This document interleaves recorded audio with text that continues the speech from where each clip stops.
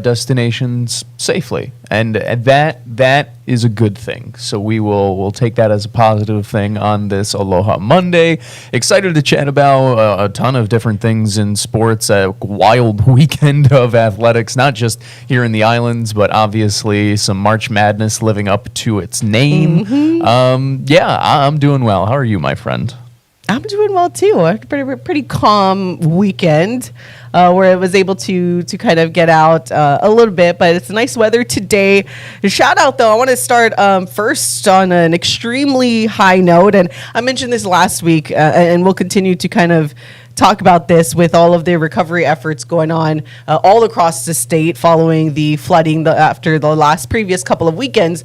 But it's just so it's unfortunate to see all the devastation, obviously, but then to see all of the helping hands and the community come together, it just continues to be a beautiful thing to see all across of social media. So that's where I want to start when you recap the weekend and pull up some of these photos for you guys over the weekend, because the University of Hawaii teams were out in full force, whether it was the beach cleanup. I saw the football team out there and share photos from here via Chris Brown social media with Jason Momoa that was also out there in Makaha. Also, I saw Max Holloway. That Makaha is kind of like his home beach, so it wasn't surprising that he was out there, but it's pretty cool to see some of these celebrities and other athletes and our own celebrities here with the UH football team, and thousands of volunteers cleaning up the entire beach in Makaha. It's pretty cool to see the before and after.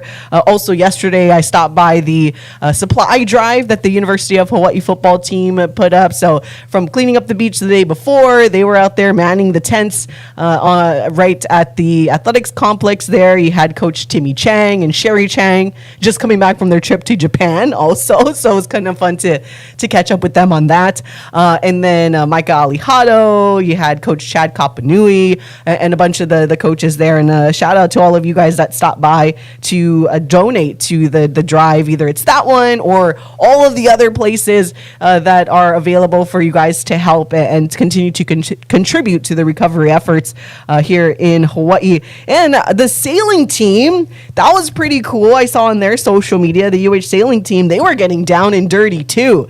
They were out there in Waialua, kind of shoveling the mud and everything like that. They had their gloves on and hats and UH gear. So that was really, really cool to see come across the timeline where, and they had a good weekend, right? They won this weekend. The sailing team did something about the top 5 or something. I still need to learn a little bit more about how the events go. Versed in sailing yet? But the headline is top 5 sweep at Hawaii Fleet Race invite, apparently. Yeah. So that always sounds good when it's a sweep, right? Go so once again, shout out to everybody, and of course the University of Hawaii athletic teams, because so football, sailing, I saw were out there, but also I saw women's volleyball that were helping on the on-campus food and supply drive that was happening Friday, Saturday. So it was really cool. It was just to see all of the amazing athletes that represent, we always say they represent our state. So what better way to represent the state than to be out there and helping in this moment of just recovery efforts that will continue to go on throughout the foreseeable future. So I wanted to make sure to give them all their flowers, because it's just a testament to them and then to the coaches for making sure that they're all doing their part to, again, we preach, they represent our state. It wouldn't be the same if they're not out there helping in times like this. So I wanted to really shout them out for doing that. Well, we sit here and we talk so much about how college sports have changed and how it's become so transactional, and how, we sit here and we talk about the House bill, the Senate bill, and all of these things about potentially putting taxpayer dollars towards compensating these athletes.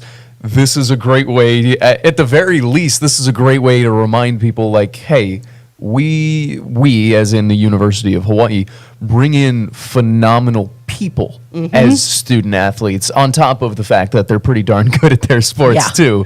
But they're great people where you have moments like this. The islands are in need. There's no other way to put it. The islands are in need of helping hands as much as donations and everything else. So to go out to put time or take time out of their busy schedules is a great look, and it's the right thing to do. So I was really happy to see it.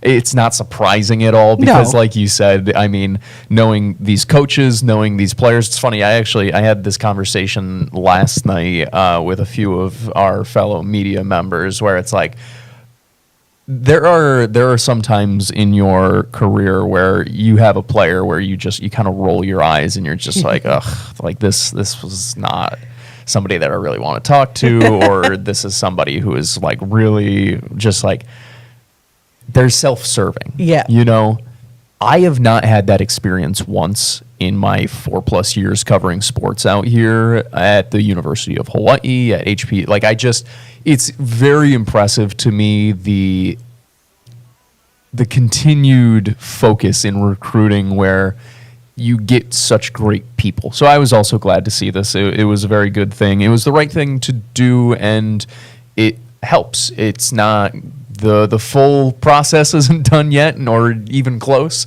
but it is a good reminder from the people that we like to watch for entertainment that there is still a lot of work to do, and that we can all help in different ways, both physically and monetarily. Yeah, and once again, continue to monitor social media channels. Every show will try to give you some updates on different recovery efforts because, as I mentioned last week, there were some hubs that were not taking donations anymore because they just have a lot, and people are kind of getting taken care of, so that's great. Also, just the physicalness, though, like kind of taking care of everyone there. Either it's Manoa, like for those of you that live on Oahu, Manoa, still in Waialua. Once again, PSA, if you are not directly helping at Waialua, whether it's dropping off donations or shoveling mud or helping people, please stay out of Waialua. But please, please, please, if you are able to, Haleiwa Town and the small businesses there are open,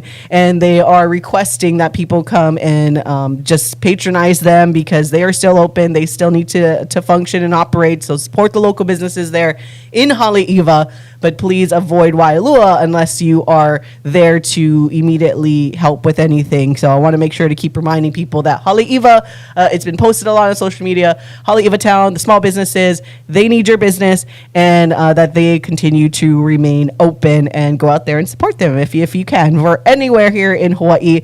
But yes, and the best thing too, though, as great as people as our student athletes are, they're pretty darn good athletes as well. Yeah, that's true. I would agree with that statement. It's pretty awesome. This weekend, oh my goodness, like, because we always talk about like, oh, okay, is this team gonna win? Or we always joke, right? Like this happened, it's the sacrifice for this win. We got winning all around, even down to, like I said, to sailing, as much as I'm kind of learning, but the UH headline seems very positive. Once again, it says, Rainbow Sailors dominant in top 5 sweep at Hawaii Fleet Race Invite. So the sailing team did a good job. The Rainbow Warrior volleyball team, as we saw, just continued their dominance in Big West Conference play, came out with that sweep on Saturday night, the win on Friday night. We'll talk more about that coming up in the next segment and let you guys hear from Coach Charlie Wade. You had UH Baseball doing UH Baseball things yesterday in their walk-off win. 10th inning, walk-off, bases loaded situation. Gabe Wright has the game-winning walk-off single. And you're like, all right, so they take the series, right, 2-1 over Cal State Fullerton. Softball swept CSUN. We talked about it on Friday that, they were pretty much like right there with each other in the standings. Well, there you go. I'm pretty sure the University of Hawaii has moved up there significantly. And then water polo. Ooh, shout out water polo. Just their BTA dominance on a conference opponent. 18-4. over UC Santa Barbara. 18. I don't think they 18 to gave 4. up a goal in the first half. What is that? It was just dominance from start to finish. And this is like, the Big West is relatively good at water polo. Yes. Like outside Yes. of Hawaii. So anytime they win a conference match that's like just an insane number like that, it was a great weekend, top to bottom for the University of Hawaii. It's good. I mean, we deserve this as fans. It's been too much bad lately. Kidding. We've been very blessed as Hawaii fans in general. But yeah, it's nice to see the baseball team. That's the biggest win of the weekend to me, I think, just for the matter of they have really, really struggled offensively, and this is now two conference series victories in a row. Is this where they start to streak? Is this where they start to put together a run and they go towards the top of the conference? Because we've seen it before where the Rainbow Warriors sometimes take a little bit of time to figure it out, but then at the end of the season they win like 15 of their final 16 games. Can that be the case this year? You make it into the Big West tournament and then you win the Big West tournament because you don't have to stop playing as you have become one of, if not the hottest team in the conference. So I'm hoping that this is the signs or the early signs of that moving forward. Softball, though, I will say, what an absolutely incredible showing by them this weekend. They're now top 4 in the conference standings in Panita Thanatharn's first year. They're above UC Davis. They're now above CSUN. They are really flirting with those top couple of right seeds. Behind Long Beach, of course. I wasn't going to say it out loud, but that is also true.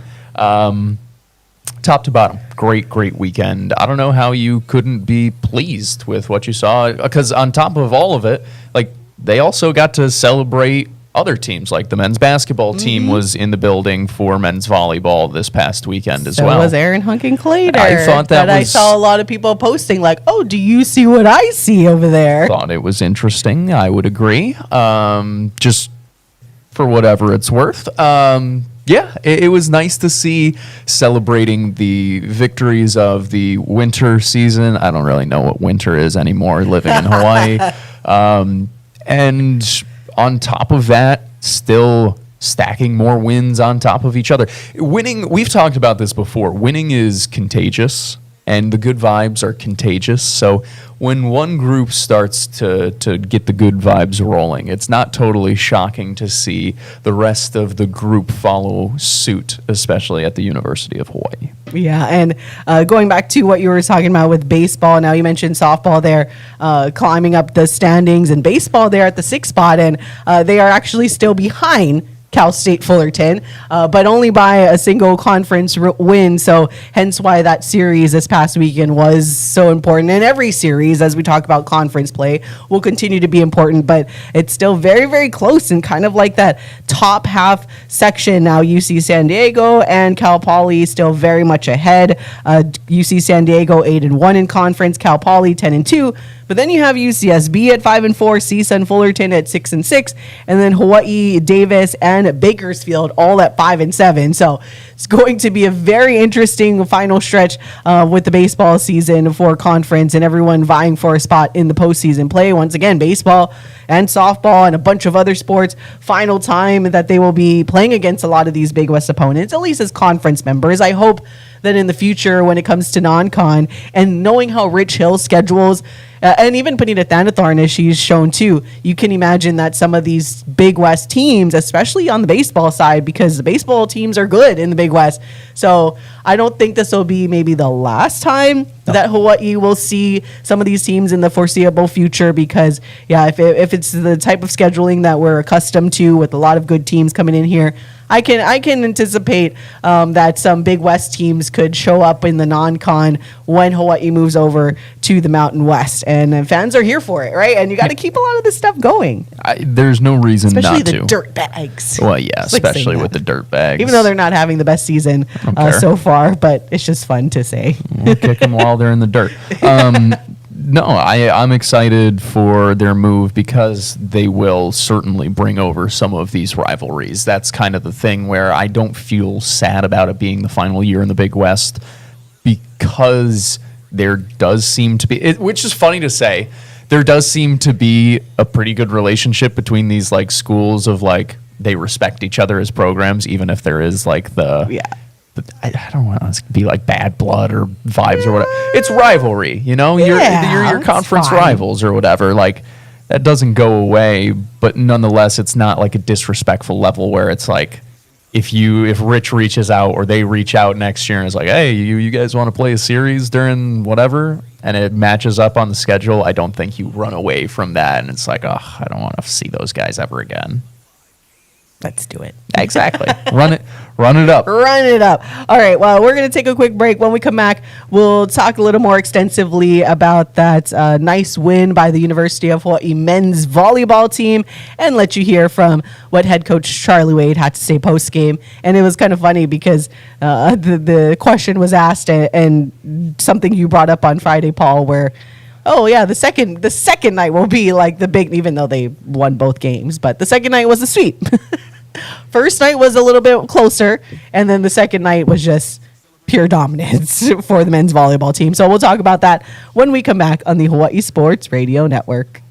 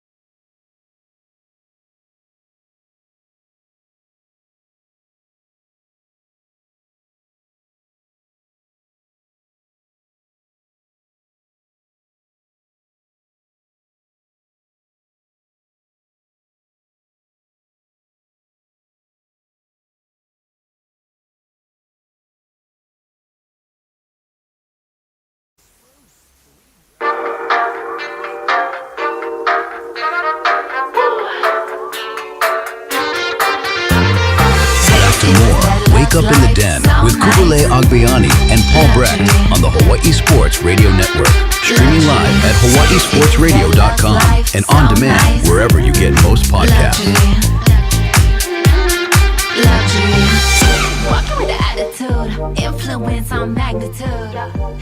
I totally forgot I put the song in.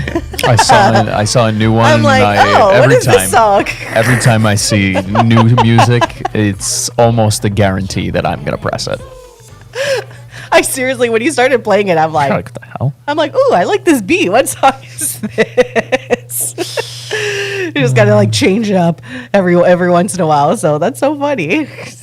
I even surprised myself at the music that I put in there. See, I love that. We're changing it up, trying to keep it nice and fresh every single time. Certainly keep it fresh. That is true. Kule Agbayani and Paul Brecht on the Hawaii Sports Radio Network. Thank you guys for joining us on listening live on our streaming only now in our new era of HSRN, or there's a bunch of you guys, so thank you for hanging out on our YouTube channel. We got some of our regular viewers. There's Alex in Adelaide. We have Robert out in Alabama. Shout out Robert. We have our Caesar always throws me off with his new screen name with the Husky Love thing. Husky Lover, I'm like, 808. Husky Or Lover. Love 808. Let's see. And I think this one is Felipe, right? You guys start changing your FX stuff on us. H8706. Aloha, everyone. Aloha, everyone. Hope you all had a great weekend. And everyone's talking about how awesome it was earlier when we were talking about the University of Hawaii athletics programs helping out with all of the recovery efforts. So shout out to all of you guys. Feel free to chime in on the live chat or text into the show at 808-888-5481. That's 808-888-5481 if you do want to get in on any of the conversation. We'll talk some March Madness. That's something we didn't mention in our weekend recap coming up a little later in this hour because, Final Four is set on the men's side. There was some crazy March Madness stuff that happened during the weekend and also some dominant performances as well, just like on the women's side, but a couple more games to go to decide the Final Four for the women. And we're already almost done with basketball season already. Like, that is crazy. Just like that. And then the transfer portal opens up. And then there was more significant coaching changes that I will refer back to how it relates to here coming up later in the show. But want to stay somewhat on track here and talk some UH men's volleyball. Again, beautiful performance by the men's team, especially on Saturday night. I mean, talk about the service. My gosh. Room service. Rainbow service. Just beautiful, like a clinic this weekend. And as Paul had brought up on Friday's show that if anything, Paul was expecting the men to win on Saturday night because they tend to play better the second night. But I don't know if anyone expected pure dominance like we saw over the weekend. So again, 1-4 on Friday night, and then just what felt like an easy sweep, especially because that third and final set of Saturday's match, 25-13 against a top 10 opponent in men's volleyball. And in the Big West, a lot of the top 10 teams are hailing out of the Big West Conference, and it was just easy peasy. Entire conference. I mean, it's not. And then the first set too was 25-16 in the first set. They wanted to make it somewhat competitive in the second set, I guess, 25-22, and then that 25-13 third set was just like, oh, the game's done already. Woo! It's actually crazy. Like, because, I did talk about it where last week in my very brief research of UC Santa Barbara, seemed like they came back stronger on night 2 versus most of their opponents in whatever series that they would play. So I was curious if the Rainbow Warriors would see that as well. And Louis Sakanoko actually made reference to it as well, whereas people talk about they play better on night 2, but so do we. And I would agree because the Rainbow Warriors absolutely played better on night number 2. And it's exactly what you'd expect from a Charlie Wade type of built team, if that makes sense, where I feel like every single time I listen to Charlie talk, at some point the service line always comes up, and the importance of the service line and the ability to serve in and side out at 90% and all of these different things about the service box. Felt like the Rainbow Warriors were doing that, and not only were they getting the ball in, but I mean they're hitting scorching serves. You're talking about Louis Sakanoko hitting the ball at 73, 75 miles an hour. It's absurd. It is absurd. I don't know what you're supposed to do. Christian Tatrisky, just the heavy right hammer arm. It really, really, when Hawaii serves like that, they are unbeatable. And that's a big reason why we saw such a dominant showing on night 2. And then with Christian Tatarski now working his way back from injury and being inserted back into the starting lineup, you have Kainoa Wade and still Finn Kearney coming off the bench and contributing significantly over the weekend. But then you have someone like Ofek Hazan, who was there starting and getting a lot of playing time over the weekend. And he's normally someone that comes off the bench, doesn't get a lot of playing time. So it's always interesting to see how the mastermind of Charlie Wade and the coaching staff kind of work these different lineups with just so many talented players at their disposal, essentially. And then you have someone like Adrian Rohr, who didn't necessarily have his best hitting stuff over the weekend, but Charlie had referenced it in the post game where he was doing everything else great, right? Like he was serving fine, he was receiving fine, because we always talk about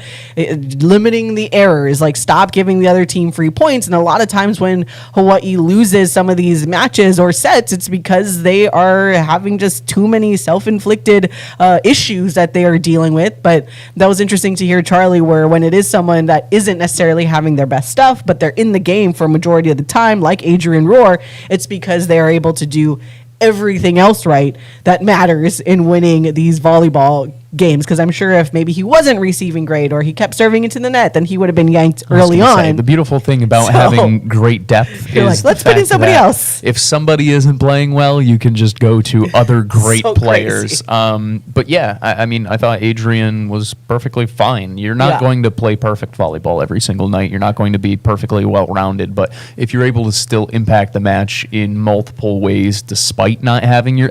And even so, it's not like he was horrible. He was just not normal Adrian. You know what I mean? So I don't know. This team is absurd. It's going to be fun to watch them down the stretch. UCLA was jarring, but outside of that, man, is there really anybody who matches up like better against Hawaii? I feel great about their matchup against pretty much everyone else. Yeah, I mean, they have UC Irvine We'll see on the against road Irvine, this I weekend. guess. Yeah. But I mean, their win on the road at Long Beach State was kind of telling to how good this team can be. Their ability to win on the road when they don't have, well, there was a lot of you guys, of the Hawaii fans there in the Pyramid, but when you don't necessarily have your usual home crowd that you do here at the Stand, yeah, it's just, and then, what was it? Like, I saw they hit the season, like, what was it? 100,000 fans or something in attendance. So already, like total still attendance. With 2 to 3 matches left. Yeah. And then they got like the 400th win in Banco Arena, and it was just like all of these different things to add on to the wins that they got. All right, I want to let you guys hear now what head coach Charlie Wade had to say following that match, and it just starts actually with his response to being asked what we were just talking about on how it seems like UH tends to play better on the second night. So here is what it starts with Charlie's response. You get a chance to not only watch film, but you're watching you against them. So it is more meaningful, you know, and I'd say like we do a pretty good job of looking like, okay, what are the adjustments we need to make? Or just little tweaks on where we're positioning the block, where's the defense, where are you going to serve, what are their tendencies, what rotation, you know. That last set was the first time tonight that we got the matchup that we wanted, and it turned out to help a lot. So, you know, that second night, like I said, everybody plays a little bit better, and like you said, you get a chance to not only watch film but watch yourself against them. I think it's an advantage. What was the difference, you know, compared to last night to this tonight? That was, you know, much better, or maybe something like that? Certainly, offense was crisper. Right, like hit for a better number, 378. It's about the same actually, yeah. But overall, it was better. A few loose points there at the second set. So offensively, we were better. And look, the serving is, like I said, that we missed one serve in the first set, and we missed one, you know, in the second, and then a couple late to end 2 sets with 4. That is a level of performance that has been argued is not possible. And if you are serving in bounds at that efficiency, you're serving so weak that you have no chance to win. because teams will just be in system all night and bounce balls on you. And I've always disagreed with that, and you're seeing that it is possible. And to serve in aggressive and score at a high percentage, and serve in bounds at a high percentage. Coach, on the subject of your service game, what is it like in this current lineup roster and lineup config to have Finn and Kainoa back there as your serving options? Yeah, it's wild. You know what I'm saying? They're coming off the bench and really can impact the game. It's a real luxury to have, no question. You know, and it's as well as they serve, you're always thinking, maybe I should get that guy out there, give him 3 turns a set, you know, which, you know, they've played enough that we've seen that as well. So, and you know, the other thing that the serving does is that when you're looking for matchups, whether it's blocking or attacking or what you're trying to do, you don't really care what rotation we're in, because everybody can come back and do well, where a lot of times you want your best server to be the first server or near the first, so that guy's assured of getting the 3rd turn, right? And that's you want. And you know, I've argued for years that if you just lined up your lineup regardless of position, first server first, second best server second, you would win statistically. So we're not really concerned where we are, because wherever we start off, everybody's going to have good turns. I know your middle serve sometimes, like Justin. Yeah. There and crank him. So yeah. Is it a feel thing when you call upon one of those guys, like in the middle of the set? Or? No, they're going to get a turn. The feel is sometimes what's on the score. You know, Kainoa's been really good late. So if it's a super close set, we're usually waiting, like at Long Beach, where he's getting one in the 20s. These were ending sooner, so it was the second time back. So we weren't assured of having a 3rd turn come around, so we just went ahead and made the call on the second turn virtually every time tonight. It seems like Adrian's kind of continuing to struggle a little bit on the hitting side. I mean, what are you seeing from him? I think he was hitting 0s through 2 and finished sub 200. Yeah, some of that's not on him. You know, it's also, I think, a byproduct a little bit of he's been so good that the scouting report is, you know, he's getting lots of attention, and teams are, you know, really kind of geared in on what he's doing offensively. He's doing so much other stuff on the court, though. Like I said, he's serving really well, he's receiving really well. He's a good player. I'm not that concerned about where he's at attacking. Could you speak to this decision to go with Ofek from the jump tonight and how you thought he played? It seemed like he really had. Yeah, Ofek is, you know, kind of like, he's always great coming off the bench, and it's a real luxury to have a guy that you know you're going to get a little energy. I just thought we've always he'll come in, he'll finish a match, he'll do great, and the next night we go back to whichever's Travell or Justin. So I just wanted to get him out there from the start tonight, let him get a little run. He deserves it, you know, and let him see what it's like starting a match. So that's just a little bit of reward, and really confident that in what situation we can put him in, he's going to do well. And that was UH men's volleyball head coach Charlie Wade following their sweep of UC Santa Barbara on Saturday night. Yeah, it's just so crazy to think like, oh yeah, you know, just a little reward, put him in there. Really good players. It was very funny. Like, it was so... Everyone's so good. That's why when I'm sitting there and you're just watching, like I mentioned earlier, Kainoa Wade, like going, and then you have Finn Kearney coming off the bench, and then he had like, it's like an ace of a serve, and you're just like... And then you imagine if you're the other team or the coach of the opposing team minus UCLA, or you're just like... Well, what do we even do? At first, you're just like, oh, thank God, finally a sub. Like, they're taking one of these, one of the Avengers out, and then off the bench comes Spider-Man. Yeah. It's like, well, dang it. What am I supposed to do? It actually is absurd, the talent level on this team. And to their credit, they do not allow their egos to get into the way either, because... they do actually have the talent. Like, very rarely does Hawaii, and I don't mean this disparagingly, it's just the fact of the matter of being a mid-major, very rarely does Hawaii have such an embarrassment of riches where it's just like, yeah, I mean, you've got starters sitting on the bench. Hawaii men's volleyball has legitimate guys who would start anywhere in America on the bench and coming off the bench. And it's a legitimate good decision for them not to transfer out, because they know that they can be a part of a national championship caliber squad here. It's really, really cool. It is very rare to be able to experience for any program. And Hawaii, to Charlie Wade's credit, to his coaching staff's credit, to the players who came before this group's credit, they have built such an attractive program, an attractive spot, that all of these guys feel as though it's the best thing for their volleyball career to consistently and continue to compete against one another in practice and get small opportunities and earn their way on the court here rather than go play for a team that isn't as talented. It's cool. It's and we'll continue to enjoy it. But a big time opponent coming up on the road this weekend as Hawaii goes and plays UC Irvine, and that will be this Friday and Saturday, April already. Whew, my goodness! You guys can watch it.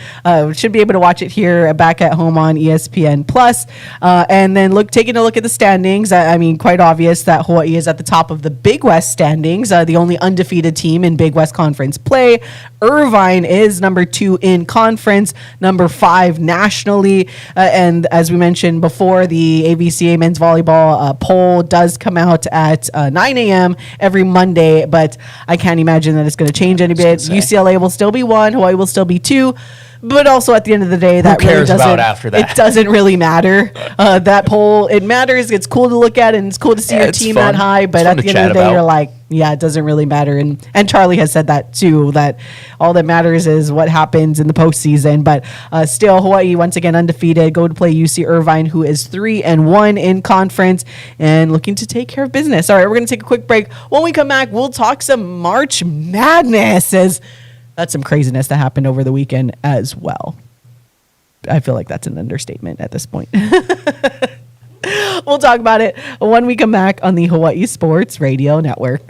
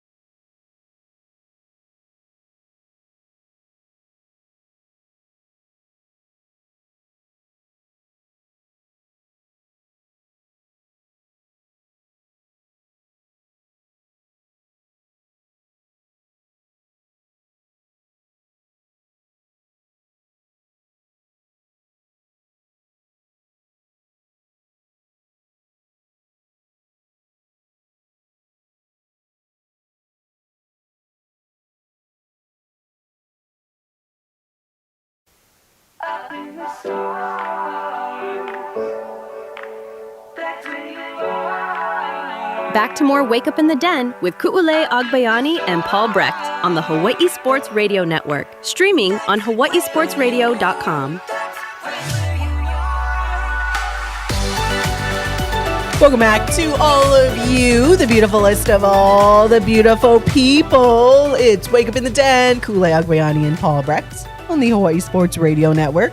streaming on hawaiisportsradio.com, and right now, as we do every Monday, on our YouTube channel. So thank you guys for hanging out with us on YouTube, or if you're listening on demand, wherever you get most podcasts. Feel free to chime in on our YouTube chat as we see all of our friends hanging out there and talking about a bunch of different stuff. Excuse me. Or you can text us at 808-888-5481. That's 808-888-LIT1. Let's go.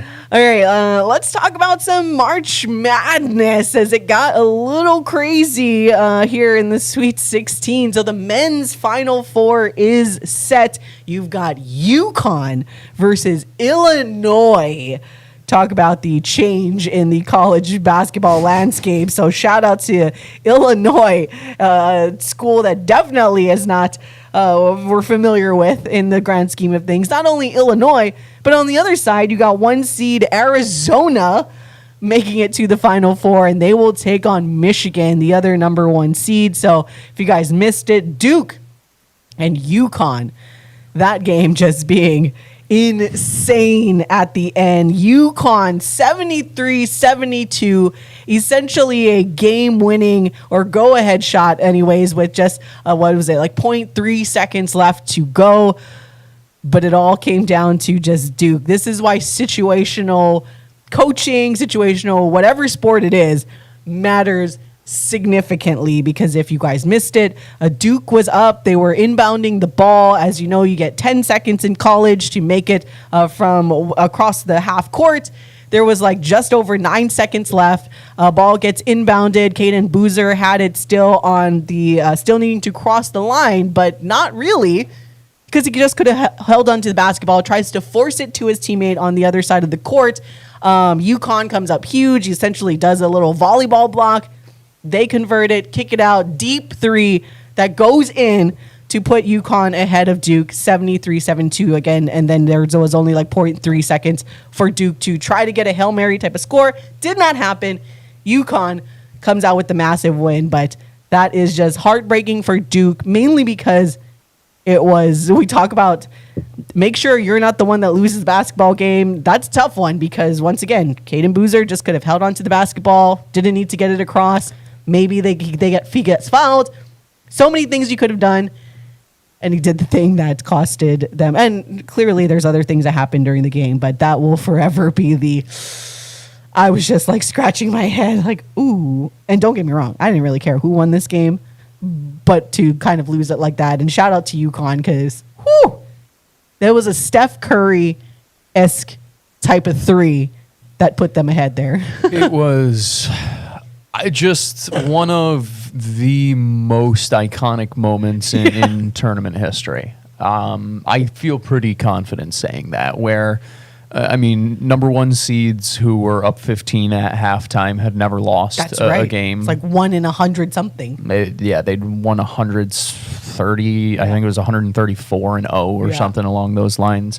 And that no longer is the case, obviously, with a loss. So a historic choke in that from that standpoint, a 19-point lead blown by the Blue Devils. And this has been, weirdly enough, the blueprint for every single one of their last 4 losses, where you look at how they lost last year, they blew a lead against Houston. Then you look how they lost this year, or how they lost earlier this year, they blew a lead versus Houston. You look how they lost this one, they blow a 19-point lead. I think they blew a 13-point lead against North Carolina, which was their other loss this season. And then you look at how they lost in the tournament last year as well. It's been very strange where they don't lose games that are these back and forth crazy battles. It's ones that they feel as though are over at some point in the second half. It was a heck of a comeback by UConn. It was championship DNA on display in every single way, shape, and form, where, they're 1 for 17 from 3, and then all of a sudden they hit 5 of their last 6 or 5 of their last 7 3-pointers, including one from damn near 80 feet. To win the game. And it's funny because Braylon Mullins, who's the young man who hit the shot, freshman, he actually said that he thought his He thought they were down 3. Thought that his shot tied it. He didn't even realize they had taken the lead in the moment. And then obviously it hit, and then he's like, "This is one of the best moments of my life." Which, yeah, I Yes. would understand why that would be the case. And I mean, Dan Hurley just looked like he looked like he was partying all night by the end of that game. He got like his blazer like off his shoulder, and his glasses are all crooked. It was just like he looked like he was had a day in the office and went out for Pauhana and then like came home. Did you see the clip of Mama Hurley? I did not. I will show you the clip of Mama Hurley during the break, because everybody's joking about that is where Danny gets his mouth from, which it was an appropriate reaction. I will say that. I had the exact same reaction, if we're gonna be totally honest. This is the third Final Four in 4 seasons, though, for UConn. It just continues what has been an incredible run, and I know everybody loves to hate Dan Hurley and all that, blah, blah, blah, blah. You can hate him as much as you want, but the guy wins. He gets his teams to believe in him, and his guys love him. Like, I don't think there is any question about that. His teams play for him, and in a sense, it kind of is this us against the world, which type of mentality, and you can see that where they turned this game into a Big East battle, a slugfest, where it went from pretty basketball to like just this rock 'em, sock 'em, grind 'em out, defensive battle, ugly, physical, rebounding. And ultimately, they came back and won. And it was an incredible, incredible game. It was exactly what you look for in March Madness, where even despite a big deficit, one team continues to fight, and you get a magical moment at the end. Yeah, and it was cool to have one of those like usual March Madness moments, that the reason why this tournament is so awesome. Looking at some of the other games, I mean, once again, you have Illinois. First time since 2005. I still don't feel like which is crazy, because that's not even the craziest stat when you look at the Arizona on their side. But seeing the Final Four, once again, it's going to be UConn versus Illinois, 2 versus 3. And then you have the 2 1 seeds in Arizona versus Michigan. But Illinois, I mean, in the Elite 8, it's like when you look back, you're like, wait, Illinois beat Iowa men's basketball to get here. And then before that, in the Sweet 16, you had Iowa versus Nebraska. Nebraska ball, baby. So it is kind of neat seeing these other schools and brands. Now, clearly, we were very familiar with Iowa women's basketball when Caitlin Clark was there, but it's cool that they showed like, oh, hey, it's pretty cool if our women's basketball team were able to have this much like marketing value to this school. How about we invest a little bit in the men's side? And there you go. They made it pretty far there, but falling to Illinois. So naturally, I'm going to kind of root for the teams that haven't been there. So if we can get like an Illinois versus Arizona final, the wonkiest matchup that no one saw coming when this tournament started, I am all here for it. Now, I do think UConn is going to be very difficult, as it just showed in the Duke game. Like, they're not going to stop fighting. And ironically, they are fighting the Illini. the fighting Illini. There you go. Down they go. But Arizona, I mean, shout out Koa Pete. I kind of joked with Paul over the weekend that Koa Pete, I think, is like 10% maybe of Native Hawaiian descent. And I'm like, I will claim him. Full Hawaiian. Hawaiians, we are claiming Koa Pete, or all the Polynesians. They're the freshman at Arizona who is just so phenomenal to watch. But yeah, it's like, looked it up. I'm like, oh, on his mom's side, he is like, he doesn't just have a Hawaiian name just to have a Hawaiian name. He actually is part Hawaiian. And I was like, we claim him. Dave Chappelle, referencing back to the Dave Chappelle skits, Native Hawaiians are going to draft 100%. 100%. Me, very white man. We are claiming him for Hawaii. He's ours. Sorry, you don't get to keep him, Arizona.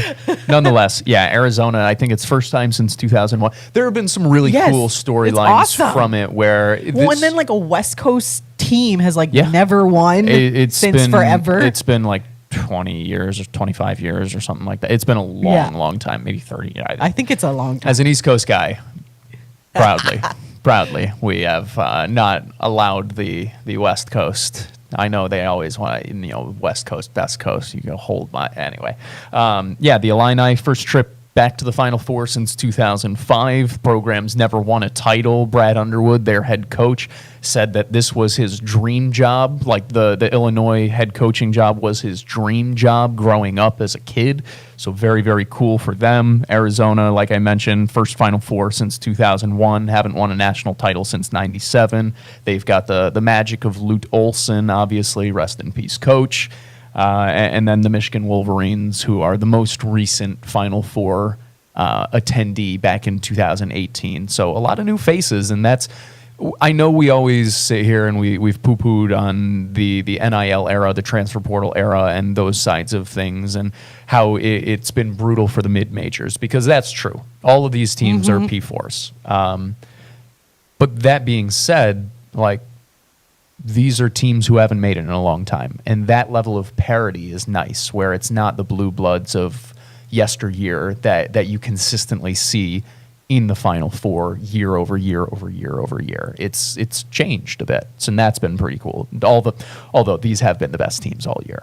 Oh, yeah. It's not like it's a total surprise, especially, I mean, they're number one seeds for a reason on that side. It's 2 number 1 seeds, a 2 and a 3 seed. Yeah, and like Michigan had no trouble in their Elite 8 game against Tennessee, 95-62. So it really wasn't much. I mean, they're almost their entire dominance in that part of the bracket. Like, they've just cruised through this point in the Final Four, but they're going to have a lot to deal with when it comes to Arizona. So I'm really curious, because I do think those two teams, and I think I said this on Friday, where it's like they are clearly, even though Duke was like the overall number 1 seed, it's like Arizona, Arizona and Michigan are just like on this different level, like in terms of playing good, like complete basketball, right? We talk about playing complete games all the time in any sport, and these two teams are just like so fun to watch, where you just get a different feeling watching these teams. Kind of referencing back to when I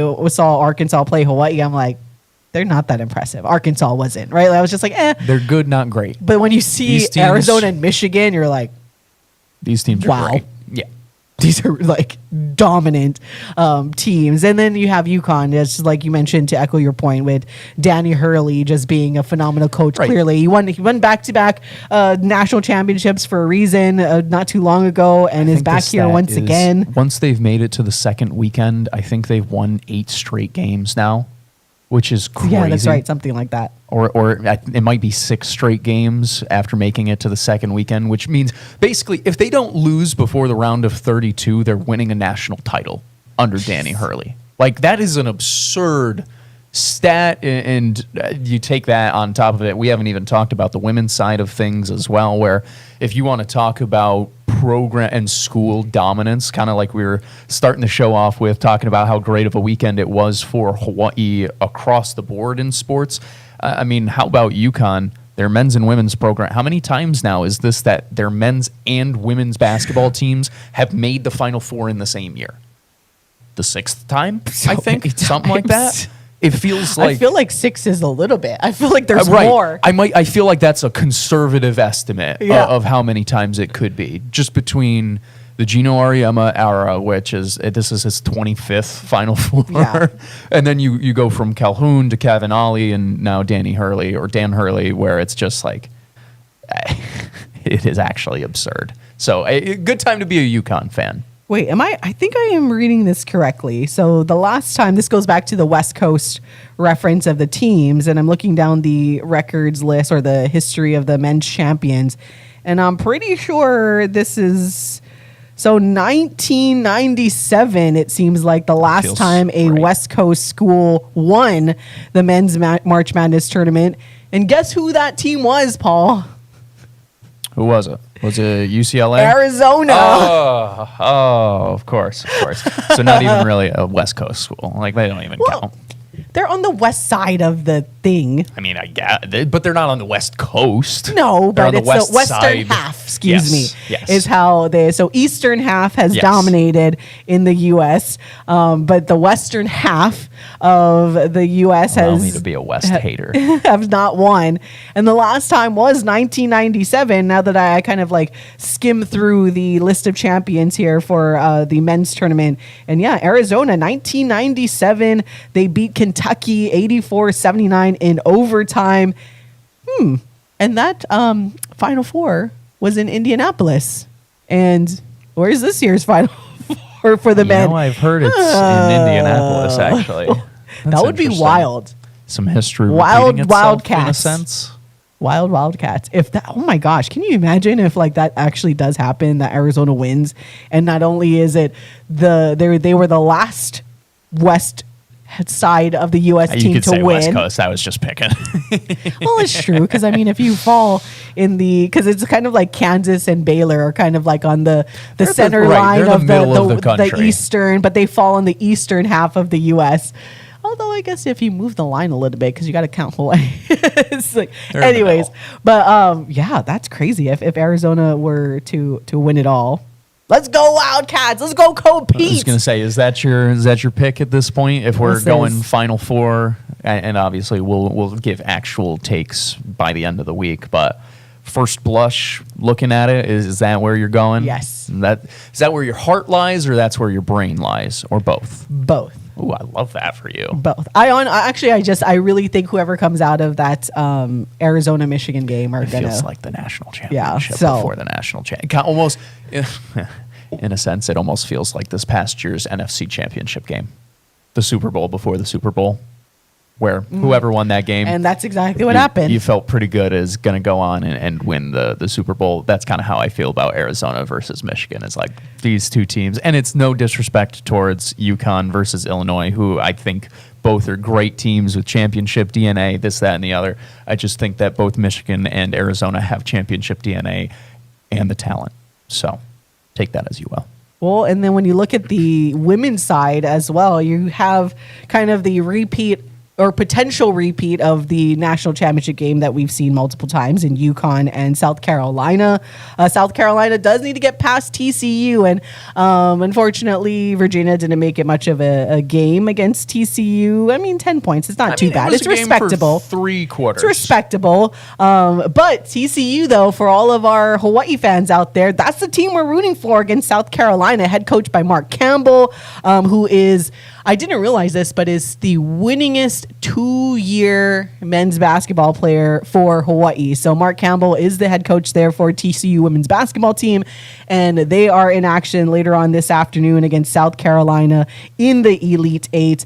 So let's go, Horned Frogs. Oh, is that what you're doing? This is what they do. This is their, I forget what it's called, but yeah, this is Go Frogs. That's There we go Horned Frogs. That's what we're okay. here for. That's what we're doing. As much as I love South Carolina, and you know we're huge fans of Don Staley, but we got to cheer for our UH alum guy, Mark Campbell, and TCU. Correct. But should they win? And I'm That's rooting a- for UConn, and I don't want to have to root against my 2 grandparents or my 2 parents. Gino and Don. I have to want That's to why choose. it's like, dang it, why do they got to play in the Final Four if like whichever team wins this one? Oh, Exactly. Well. So What if are Mark we gonna Campbell do? and TCU wins, then it's easy for me because I can be like, oh, nice, they won. All right, go UConn. It's like either team. I hope they all win. But on the flip side, though, also going on in the Elite Eight, you got Texas and Michigan for the women's side coming up this afternoon. That's the first game of the Elite Eight at 1:00 p.m., followed by the South Carolina and TCU game. As I mentioned earlier, UConn punching their ticket for the umpteenth time. But it barely was a game once again. It was kind of like They're so Notre absurd. Dame kind of made it interesting here and there. I guess. But I mean, UConn is like you just continued their dominance, and same thing with the UCLA Duke game. It did seem scary for UCLA for a good while. portion. But UCLA did UCLA things. They were projected to be in at least the national championship game. So just one more game to go before they're in there. I mean, they have not lost since they played Texas way back in Thanksgiving time. Now to get to the national championship game, they will get a chance to redeem themselves against Texas. So it should be fun. That's going to be a hot ticket. If it's UConn and UCLA, You want to go? yeah, let's go. Oh, you can't go. I might be able to go. No, probably not. I'm like, yeah, I don't think you're gonna. What? I mean, probably what? 3 days old, maybe, at maximum. Oh yeah, you're like, oh, your mom's here. Your mom can help. Yeah. So you can go. I'm sure that will go very, very well. Yeah. All right, we're gonna take a break. We'll be back for hour 2 on the Hawaii Sports Radio Network.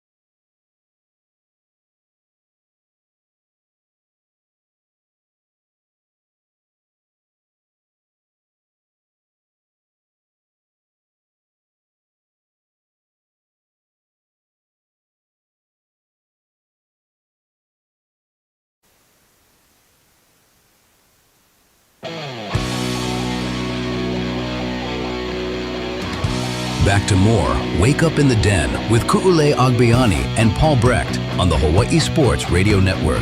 Streaming live at hawaiisportsradio.com and on demand wherever you get most podcasts. Welcome back to Wake Up in the Den, hour number 2. I'm Ku'ule Agbayani alongside Paul Brecht on the Hawaii Sports Radio Network. Streaming live on hawaiisportsradio.com and every single Monday on our YouTube channel. Or you can listen on demand wherever you get most podcasts. Thank you, though, for hanging out with us. If you do live every single weekday morning from 8 to 10, text into the show at 808-888-5481. That's 808-888-5481. Or you can chime in on the YouTube chat where all of our friends are hanging out there. It was funny. This is fun. It is. I love when you guys interact with us and interact with each other. Let's see, just kind of going through these real quick because we were talking about the Arizona Wildcats being the last team on the western side of the United States to win the men's March Madness tournament. And that was all the way back in 1997, so almost 30 years later that they could potentially do it again. But so, let's see, this is Alex in Adelaide saying, wow, 97 when CD music was a thing, and 97 is pre-Paul Brecht as well. So yeah, shout out to the CDs. Actually, I think that's the year that my parents got married, if I'm not mistaken. I think they got married in 97, and I think PB showed up 2 years later, if I'm not. Mama Heather can, Mama Heather can chime in. She can let me know if my memory is correct. But either way, CD. See, I do remember CD music era like that was my childhood, where I have a ton of CDs in my childhood bedroom of all the different like music that I'd listened to growing up, where I used to fall asleep like playing different discs of music in my little radio player or whatever right at the foot of my bed. So like I can remember the blue, and it's funny because it's not like blue light, but it's the light that is blue, just shining out in my pitch black room, always to whatever the CD of the night was. So that's what I think of when it comes to CD. Sorry, you're like the pitch black room. I was just thinking about like one of the things in our the trend, I think, in the millennial time was having like the glow in the dark stars on the under ceilings and on your walls. That was like kind of the thing where it's like, oh, the glow in the dark stars is so cool. Some glow in the dark stars. I had for one Christmas, I got like the moon that you can put the different phases through. That you could put that on. I never put it on my ceiling. I just kind of played with it on the floor. But you know, that was a lazy thing. That was less of a like inability thing. Also had a glow in the dark Scooby-Doo poster. That's still up to this day. That one doesn't glow in the dark as much anymore, though. Has lost some of its glow. And what else? What other cool little things could I toss in there? Got a Chad Pennington Jets poster from way back in the day. I used to have a bunch of, I think I mentioned this before when like we would talk about Hawaii surfing and stuff, is that in my room, my posters were like pretty much all surfing posters on my ceiling, I think, with just, that's like back in the day, I'm like, and this is why like coverage and representation matters, because if I like was growing up in this era, I don't know. Like I could have ended up in, I don't know what sport. Like I don't even know if soccer would have been my sport, because then you've talked about that before. I gravitated towards soccer because, and I mentioned that like at the time it was a big deal. I know it's still a big deal, but like that the 96 like women's soccer team and like all of that, and they were covered so much, and it was such like a like the Mia Hamm days, and everyone wanted to be Mia Hamm. So then I naturally gravitated towards soccer because it was always there. And I mentioned before, we're in basketball. You didn't see as much, especially college basketball. You only saw pros, even that was rare. But a lot of the pros, they were definitely like, I was not going to be built that way. So I never thought basketball would have been like a thing I could do in college. And then now I'm like, well, actually, yeah, like there's a lot of really good basketball players that are my height and even that play professionally too. So it's really cool. And then even when it comes to surfing, because I love surfing so much back in the day, but like you couldn't really, unless you were just like this incredibly talented surfer, like it was almost impossible to make any type of living as a surfer, and it was more of like a hobby and stuff. But now it's like, especially with social media, you can like be almost like the model / surfer as long as you're just like good enough, right? Like, and then now in school, it's like the sanction now for high school, so you can actually compete and be representing your school. So it is kind of neat, like how much things have advanced. And I'm like, man, and even MMA, like I would have been like, which is probably good for my mom, so she didn't have to deal with that. But I probably would have got into MMA if it had been a thing when I was like younger, and I would have probably gravitated towards that. But like I said, I think my mom is. My dad is a little bummed. He probably would have wanted to see that, but my mom was like, "Oh, thank God, I don't have to like watch my daughter get punched in the face." Like, but I would have loved it. God. I think I'd be like, "Yeah, let's go." So it is neat to see like how there's so much more coverage of different sports, especially like for women, that you're like, "Man, I could do this sport, or maybe I could do this sport," and then soccer will still be really popular. But even the NWSL now, you can actually like aspire to play professional soccer, where back then it was just the Olympics, which was impossible. It felt like to make the Olympic team. Right, oh, cool! These 20 women get to. It's like, I don't know if I'll ever be the best like top 25 women in the world or in the U.S. Like that's a long dream from now. One of the 25 best women out of 180 million. Maybe. The answer is maybe. That is always maybe. Never doubt yourself. But I mean, Natasha Kai, a Hawaii girl, did make it on the team, so it was possible. But even then, I remember like having to watch Natasha Kai play. I didn't get to play against her because I think I was like a freshman in high school and she was playing in I think when she was a senior. But then our games would be before theirs. So, or not, yeah, before there. So we would stay to watch, and like you could already tell, like anything else, you're like, yeah, that she's really good. Well, so it's funny because in sports you really can tell, and like you hear that, and you always almost roll your eyes, like, oh, like whatever, man. You can't tell the difference between a good player, a great player, a college player, and a pro player, but you can. You look at some of them, and you're just like, oh, there are levels to this where it's like, I've seen good players before. Yeah. I've seen great players before. But the ones who are like very, very special legitimately look different. They move differently on the field, on the court, on whatever it may be. So I can understand where that feeling came from, where you're kind of watching, you're like, am I supposed to look like that? Yeah, she's really fast. We're the same? No, we're not. Good. That's how I remember feeling that way. I think I've told this story before about like anytime I played against players who ended up playing Division I college basketball, I remember thinking to myself, I'm like, that's what I'm aspiring to be. They're younger than me. What do you mean? Or it's like, they're way bigger than me. That's not fair. It's like, and I thought I was tall. And then you go, like, I remember here I'm tall, right? Like I'm 5'7", and I'm relatively tall to the average population for women here. You're feeling great. And then when I played in college, and we would play like at the time Dixie or Notre Dame, Dana Muir, they always had like their shortest player was my height. Right. And you're like, what the hell is this? Like even maybe they had like 1 or 2 Asian players on their team, and they were like tall. Like, what? How are these women so tall in soccer? You should be playing basketball. Like, what's going on? Anyways, I digress. Thank you for letting us entertain you with that. That was fun. Yeah, back to some more sports stuff. But kind of even just having a general conversation about this, because I did see this come across the timeline. I mentioned this earlier in the show, where when we talk about certain things here with UH and contracts and investment into programs, no surprise here that we mentioned it before. Former St. Mary's head men's coach Randy Bennett is the new coach at Arizona State.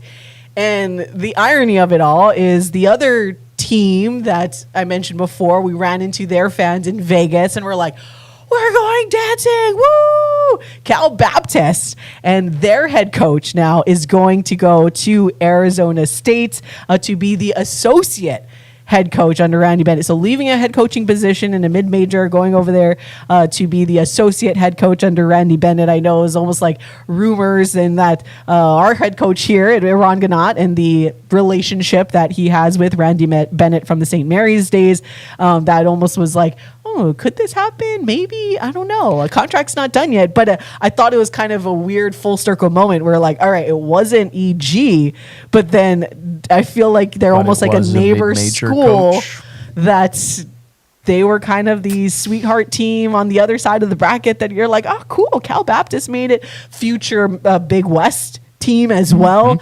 So this is part of kind of because this is what Rocco Miller had tweeted, said that, Cal Baptist won the WAC tournament, made first ever NCAA tournament, fought Kansas hard, but it wasn't good enough for the powers that be at CBU. The school simply wasn't willing to double down on resources, and a move for Rick Croy, had become inevitable, and that's why it's so important. But part of we don't know the exact number, but part of the Mountain West deal with the University of Hawaii is that there is a minimum investment spend that Hawaii does have to meet in order to satisfy a portion of the contract as being a full-time member.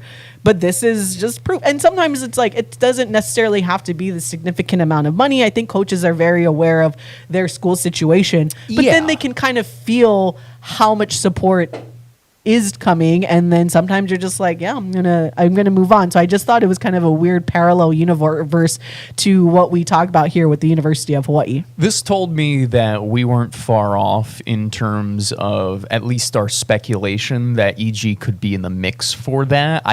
I have to, and I don't have this confirmed, but I have to imagine there was at least a conversation where some sort of feeler, whether it was between representation, whether it was between Bennett and Gannat themselves, I have to imagine there was some sort of feeler just for the matter of, it looks like that was the route that Bennett was looking for no matter what, where you want an experienced mind as your number 2. There's the understanding that Bennett is a little bit older, and he has come out and said this is not like essentially him moving into a retirement home 5 years early, but it is like, it wouldn't be surprising if you look at this similar to what the Creighton situation was this year with Greg McDermott, and where they had set up the fact that they had a coach in waiting, that they poached a former head coach at a mid-major school, and that guy went there with the understanding that he probably was going to get the opportunity or first crack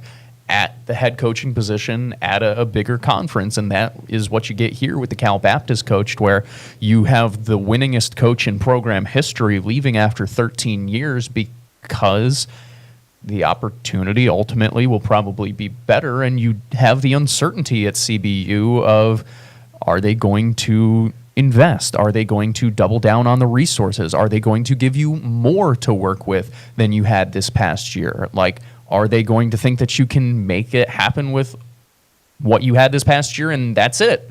Are they going to take away from what you had? So there are so many different things in this conversation where it was interesting. It made my ears perk up, my eyebrow go, as I saw it go by, because it definitely made me think again, like, I wonder if there were some feelers put out if EG would want to go. And from that standpoint, I do wonder if there has been progress made and if there has been some positive movement on that front where perhaps you are getting a deal closer to being locked down, and that way you can get this coaching staff back on the recruiting trail. Not that they're not out on the recruiting trail now, but you know, back fully feeling comfortable, confident, easier to recruit players when you're like, hey, I'm going to be here in 2 years, and not, hey, I have no idea if I'm going to be here in 2 months.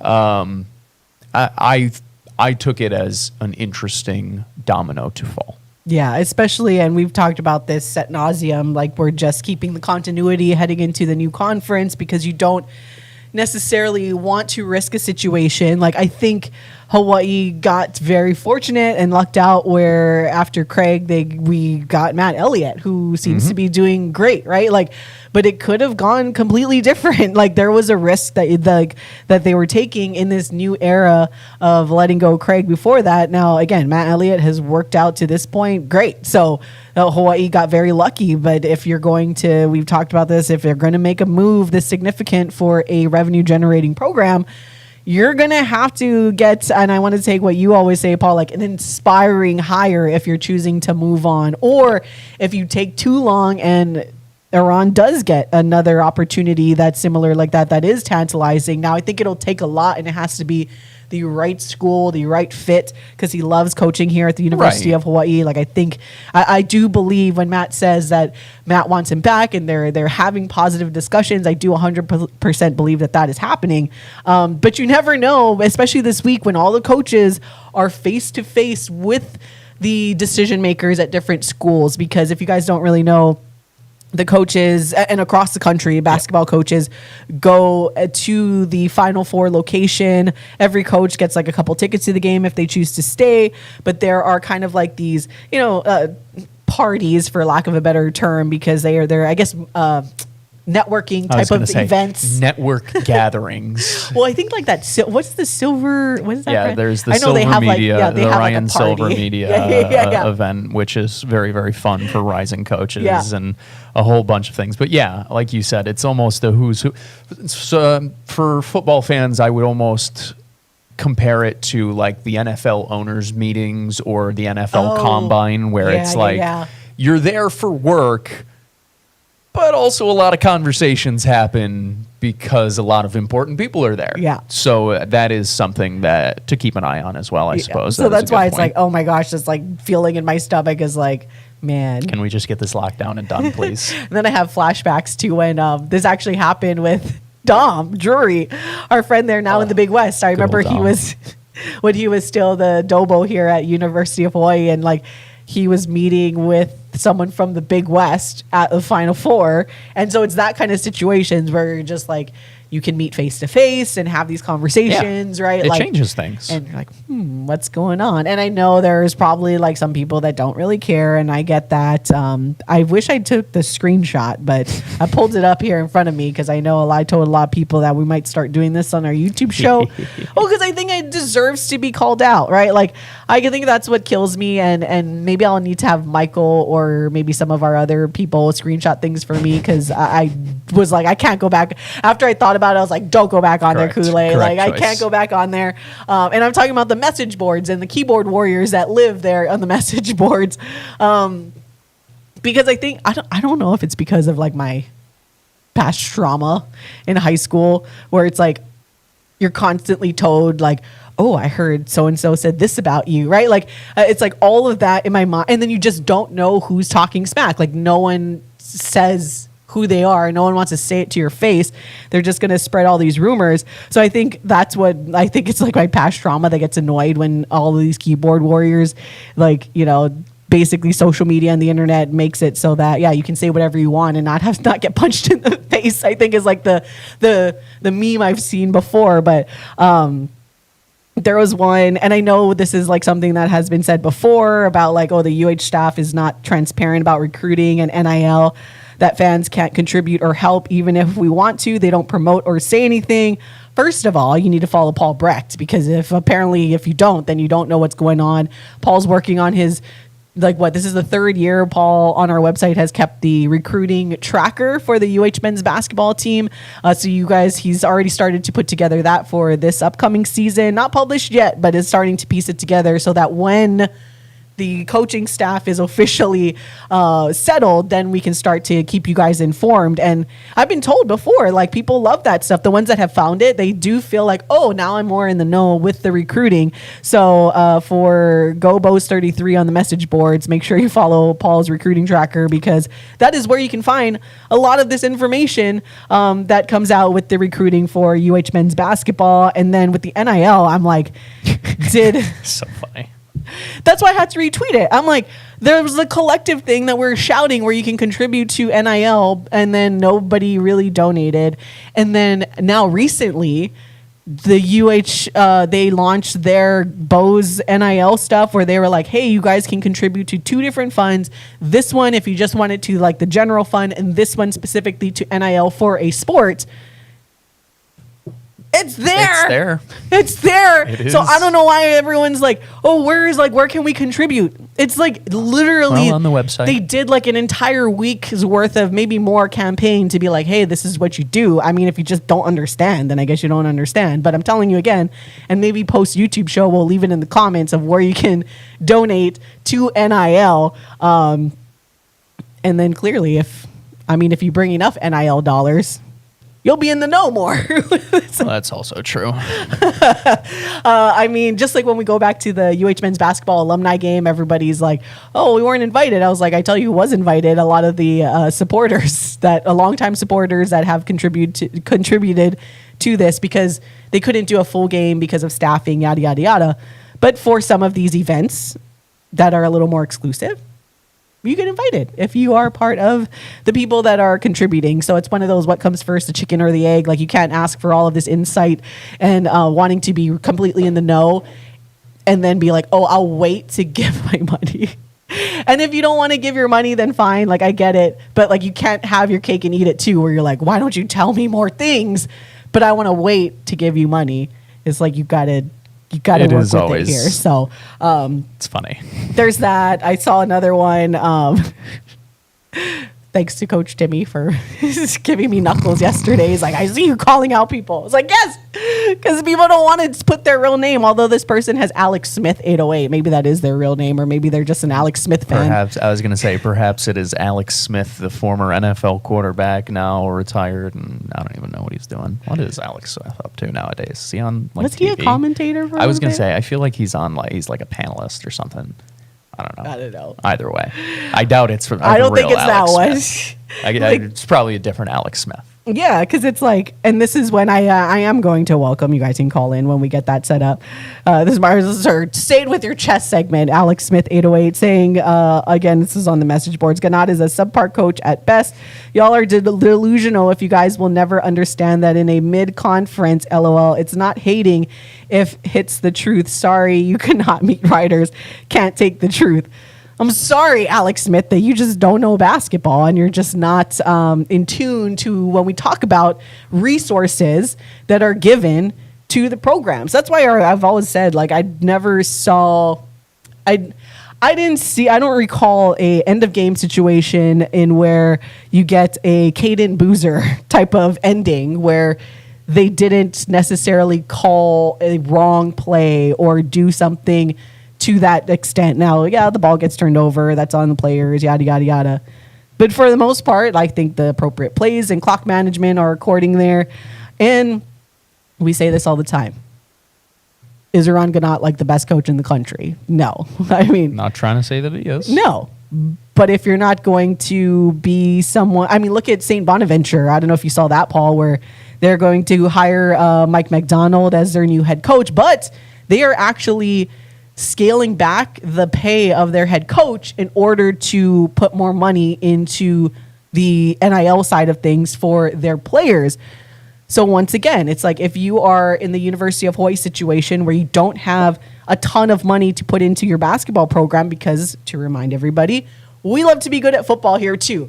And a lot of this person saying the mid-conference, I will bring it up again. This is a conference where you have somewhere like UC Santa Barbara that puts and Irvine that puts a majority of their financial investment into their men's basketball program. And yet Hawaii is still able to compete and win when we have an FBS football program where a lot of money goes to that, as it should, right? Like, people here love our football. And it's like all of these things that I just get annoyed where people don't take into account that, all right, if you're telling me that Matt Elliott's going to be like, we can pay our men's basketball coach $1.2 million a season, then sure. Yeah, I mean, then let's put it out there. That changes the conversation. Let's put it out there. Maybe they can find like a quote unquote better or, more like sexy type of name that's out there in the basketball universe. But to my knowledge, that is not the case where that's going to attract the coaches to come here. And a lot of this era, a lot of coaches, because I've seen in the news headlines where, and I don't know if you saw the same, Paul, where in a lot of these coaching hires for especially mid-majors, if you're going to get like one of these coaches that have a lot of experience and the names, the first thing they're going to ask is, what is my NIL budget?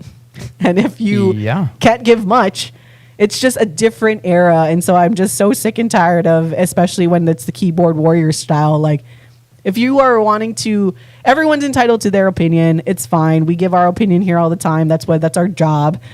But like, if you're going to sprout out negativity into this world and want to be critical, put your real name, Alex Smith, to it, and everybody else that wants to say all of these things, but they don't want to say who they are because, they have to look other people in the face. And if you're so scared to say what you want to say and put your name to it, then stop saying it. Like, I think that's my whole thing. Like, I'm not mad if people want to be critical. Like, I get it. Like, you're allowed to your opinion.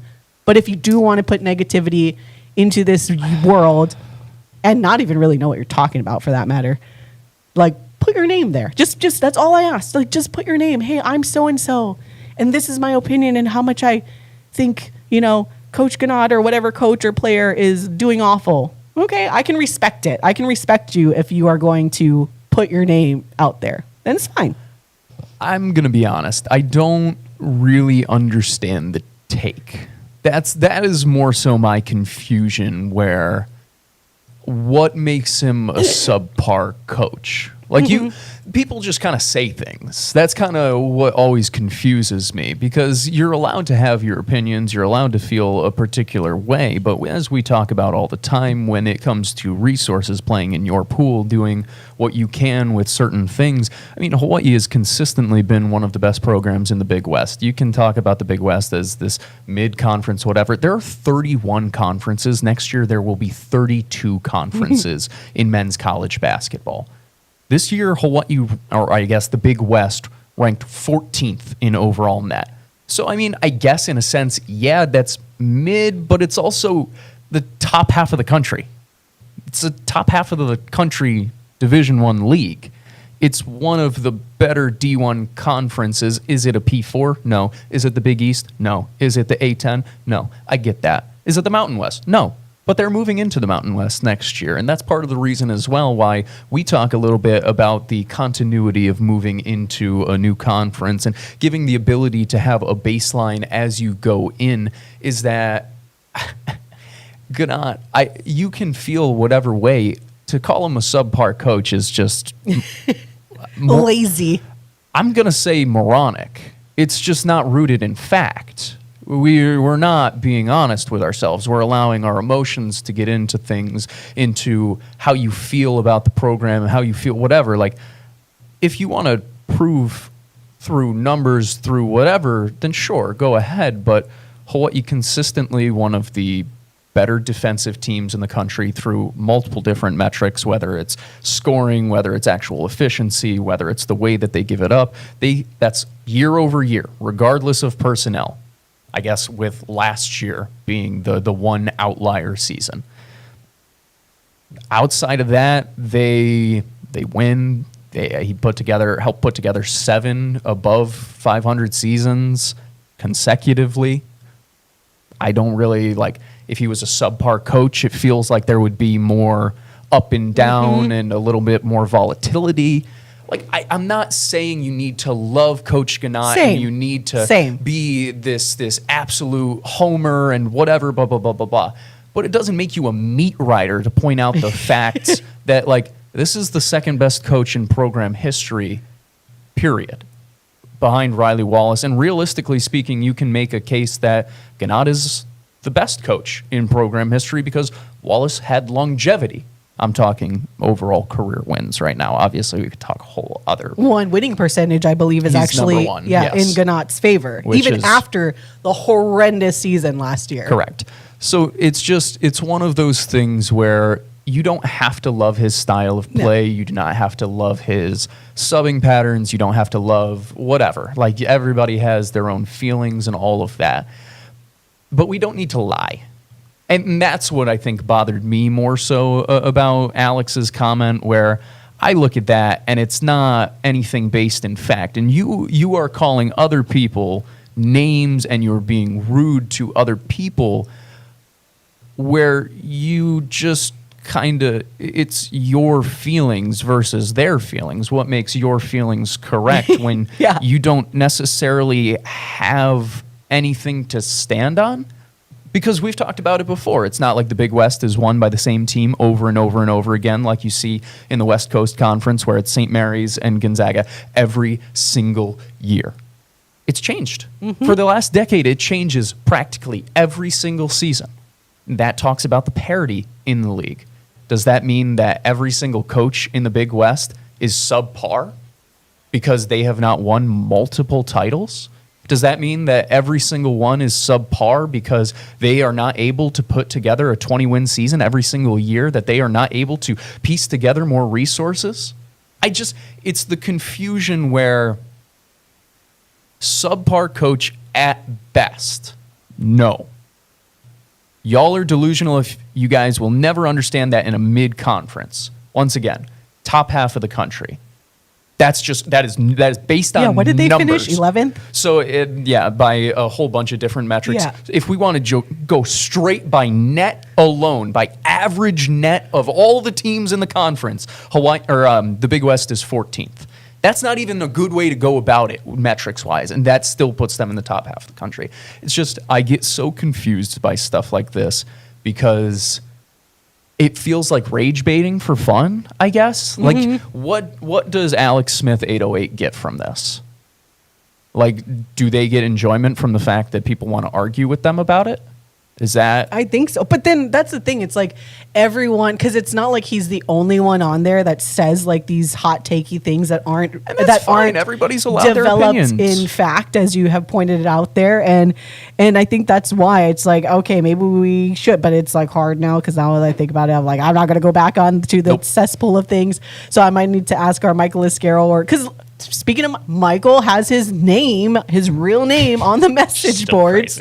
But no, like if you are, and honestly, if you are someone that does go to the positive route, or there has been some people that I swear there's like one person, I think it's the ghost of Ben J, that is like shares like the inside information within the athletics department.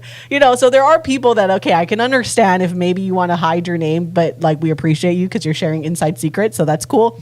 But if you're just one of those trolls that are always saying negative things and you just want to say it behind your fake name, that's where I have a problem with. And like you said, hey, people can say what they want. Like, I get it. You know, like you're allowed to feel that way. But it's like, if you're only going to spew this negativity that, as you say, Paul, and I 100% agree, that's not coming from a place of fact, and you're just saying it just to say it because it's not the style of basketball that you like, or maybe there's another coach you like, or maybe you're just so tied to the Riley Wallace days, which is fine. But if like all of that is only you're spewing this negativity for the current coaching staff because it's just based on purely how you feel, and you're doing it behind a fake username, that's where it's like I get the most annoyed. Because if you're just gonna say your feelings, like, I mean, you guys see me, I've crashed out about things all the time. Talk about our feelings on this I've crashed out all the time, you know, like, and I mean, how critical were we of the actual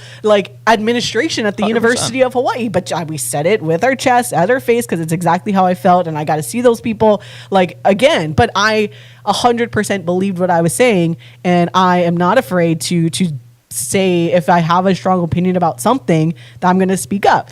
You also present why. Yeah, that's a big thing to me. These are all of the things, where you present why you feel that way. Where, and once again, not everybody's ever going to agree. No, but you can at least present your argument outside of an emotional, and maybe this is just a me thing, but I look at it, and how can you not give any further proof?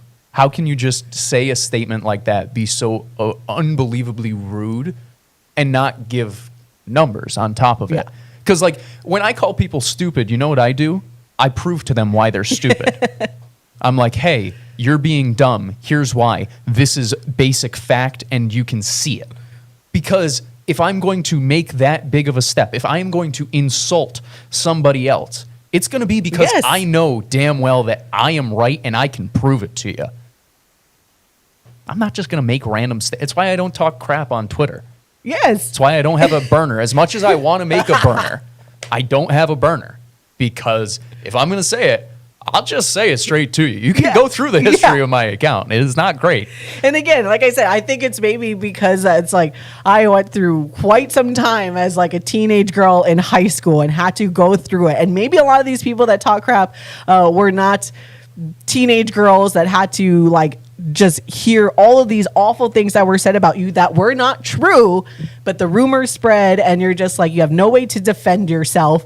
So I think that's why I feel so passionate about it. Like if you like, you can have an opinion about me, just like if you are going to say my name in the universe and say something bad, like at least say it to my face and like have the courage so that I can either be like, okay, like that's cool. Like that's how you feel. Or I can disprove whatever you think you know about me and whatever I do. And I think that's why I get on this. Thank you for coming to our TED Talk, where it's just like, I think that's where it stems from, because I just don't like when people just hide behind this. And it's because they're coming from a place of wanting to just say all this negative things in a world where it's like, we don't need any more negativity in this.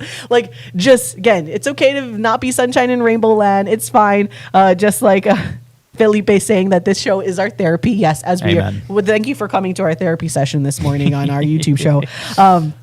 But yeah, it's just, whew.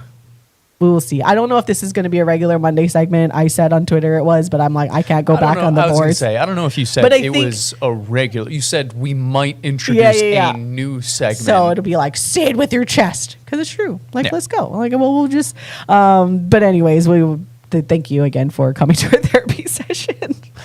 Once again, I am totally fine with people having their opinions. Yeah. That I don't want this to come off as us like complaining that people aren't in love with this coaching staff or whatever. It's just the case. Like, that's how sports are. I'm not going to tell fans how to fan. No. For the most part. Yeah. But if you're going, it is really just, if you're going to be rude, if you're going to be Yes. mean, if you're going to say these things, then you better be ready to defend it. Yeah. That is all. And you put your real name to it. That is all I feel. That is the only thing.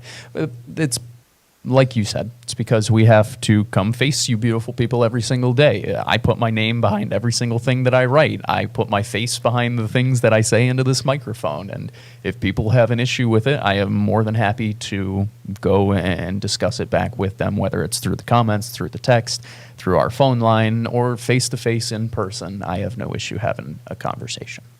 With that being said, we appreciate you guys that do tune in and listen to us do this stuff. But to echo Paul's point, 100%. Like, I'm not saying here that you guys need to be always rah-rah for whatever coaching staff and all that stuff. It's just at the end of the day, if you are going to, like Paul said, if you are going to be mean, then you better put your name to what you are saying, because at that point, I'm just like, just don't be a coward. Like, say it with your chest. Calling people delusional and Yeah. meat riders. Yeah. Say it with your chest, brother. That's fine. Just come out. Like, Just it's fine. Just say it with your chest. Yeah. That's fine. Whatever. But Anyways. nonetheless, glad we got a chance to. We talked that vent that through, out. right? Like, thank you guys again for letting us talk through that, and to all of our people still tuning in on YouTube. Let's see, Alex saying 100% cool troll type people are just that. They just want to Sadly. put negativity into this world. Oh, Felipe asking, I have not seen Michael Iscaro. How is he doing? He's doing great. You can see a lot of his content on our website at hawaiisportsradio.com and on our social media at High Sports Radio. You will be seeing and hearing Michael quite often within the next couple of weeks, as he will fill in now for Paul, who will be on his paternity leave coming up potentially, next week, Tuesday is... But I'm mentally see. preparing that it could happen any day now. Me too. So Michael will be, you'll regularly hear Michael for about a month at least, whenever Paul has to go and welcome his new daughter into this world. So yes, we will have Michael back on here, but he's doing fine. Again, he's you can see him active on our social media, on Twitter as well. He's posting updates. I don't know. Yeah, he's Michael stepping is- on my. He's Michael, I stepping into know. my territory. What was might that? have to. He and I are gonna have to. I was box it like, out. whoa, Michael's Like, hey, putting some basketball stuff hey, out brother, there. step off. This is my turf. What is I'm going gonna on step over on there? your football turf. No, that's kidding. Just kidding. Because I absolutely Yeah, do yeah, step yeah, on yeah, his yeah. football turf. It's totally happening. But No, he's just trying to get ready for when he's stepping in. that is It's what he true. keeps saying. Is like he's trying to fully prep for shifting his sleep schedule and some of his coverage as well. Listen, I'm going on paternity leave, but I'm not just going to disappear fully know, from the I face know. of the earth, beautiful people. Don't worry. I You'll won't leave just- you completely in the dark with recruiting news. like we said, it's going to be Michael and Paul are essentially going to switch sleep schedules once Yeah, that pretty happens. much. Michael's going to try to get on a normal schedule. Try. Literally try. And then Paul will he is at the mercy of his daughter on what his sleep schedule is going to be. So we shall Amen. see how that will work out. But again, you'll hear and see Michael probably potentially starting next week is kind of the Crazy. Stop that.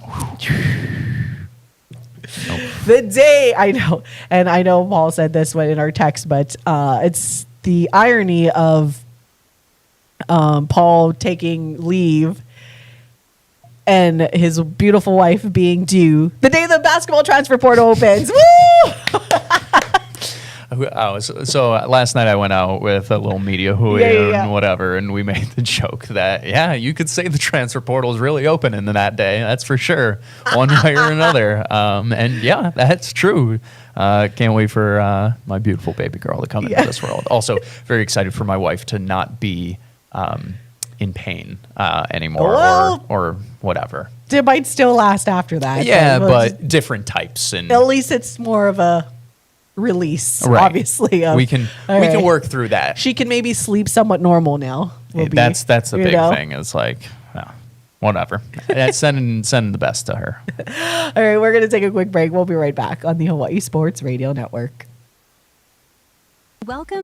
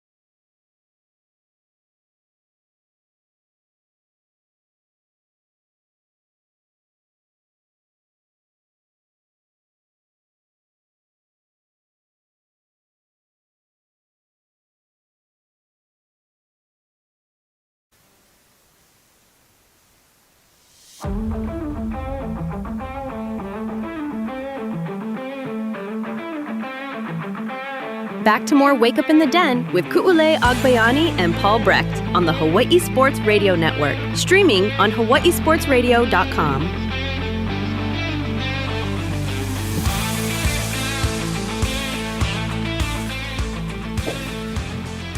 Welcome back to all of you, the beautifulest of all the beautiful people. It's Wake Up in the Den. I'm Ku'ule Agbayani alongside Paul Brecht on the Hawaii Sports Radio Network and streaming live on our YouTube channel. Again, thank you guys so much for hanging out with us.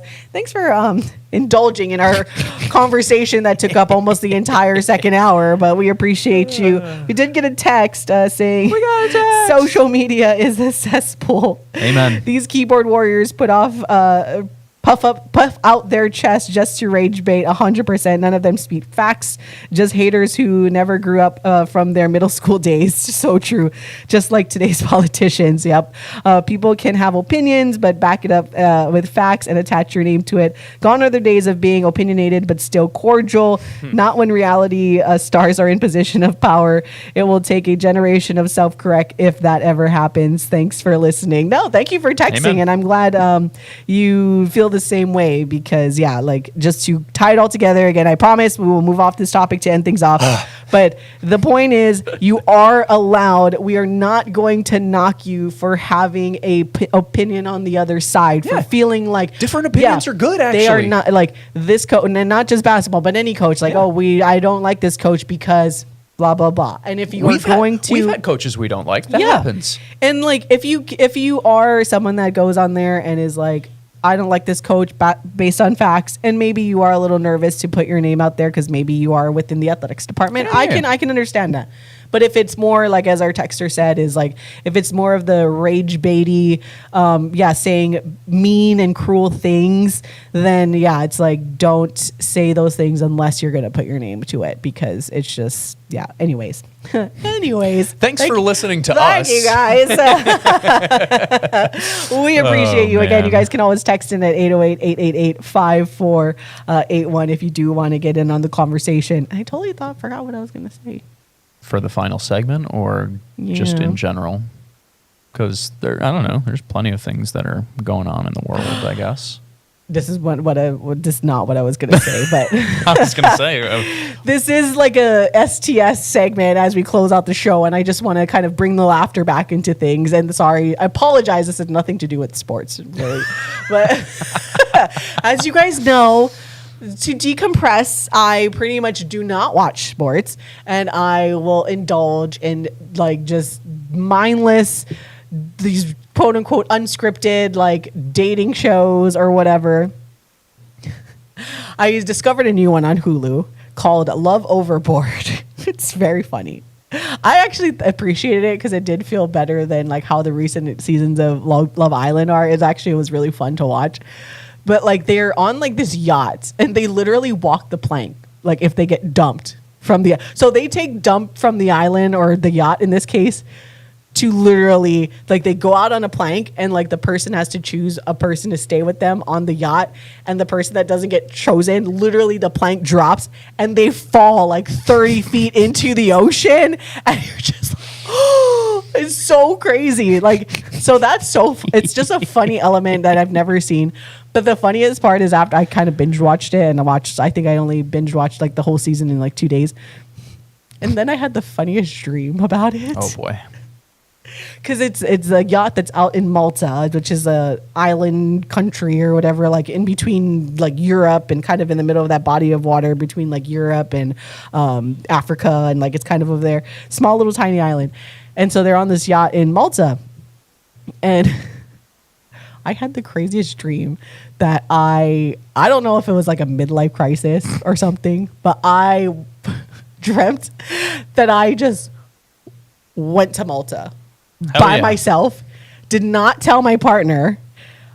I was in Malta and like he's been trying to, I think it took like 22 hours to get there. So I don't know where he thought I was for 22 hours. And I called him from Malta and like, I'm in Malta. And it's like, what are you doing? I'm like, I don't know. I just felt like coming to Malta. Had the urge. And then he's like, don't get trafficked. And it's funny because when I told him this story, he's like, that actually does sound like something I would tell you. Don't get trafficked. Feels like me. Feels like an appropriate response. And one of my best friends just so happened to be in Malta too. I was like, "You're in Malta? I'm in Malta. I was going to Where say, are this you?" is still the dream world, right? Yes. Okay, good to know. So she was in Malta for some reason, and then we were like, it took us like an entire day. And Malta is not very big. It took us like an entire day to try to find each other for some reason. What an absurd dream. I don't. This is a great dream. It's so fun. absurd, but it is a great And in dream. my dream, it felt very real, and it looked like the pictures because I didn't exactly know where Malta was off the top of my head, so I did have to Google it when I was watching the I was show. going to say, I have no idea where Malta is. Yeah. You keep bringing it up. I don't know. And so I had to, Pretending. and like in my dream, it felt exactly like the pictures that I looked up of Malta. And it was just, Maybe you were in Malta, I was in Malta. in the southern But I told Mediterranean Sea, just south But of I told Sicily. nobody that I was going to Malta at all whatsoever. And everybody was worried, obviously. For 22 hours, I was missing until I landed in Malta and was like, "I'm in Malta, everybody." I see. Yeah, Malta is a small little island country in Yeah. the southern European Mediterranean Sea between Sicily and North Africa. Yeah. It consists of an archipelago 80 kilometers Yeah. south of Italy. And it's east of Tunisia. Shout out Yassine Toumi. Hey. Yeah. So I was there in my dream and told no one and until I got Until there. you got there. Sounds like you. It's a very, Totally. very you thing. Yeah. Totally. I I don't even know where to go from that. I think it's funny because it's like I've never had a crazy dream like that. I feel like in a while. So I Right. just when I woke up, I'm like, "But I was just in Malta." Oh, what the hell just happened to me? That's so funny. I love that. But anyways, for anyone else that indulges in like these unscripted dating shows, I highly recommend. It was really, really funny, and it was especially when they got to walk the plank and like get dropped off this boat. You have been dumped from the yacht, literally, like.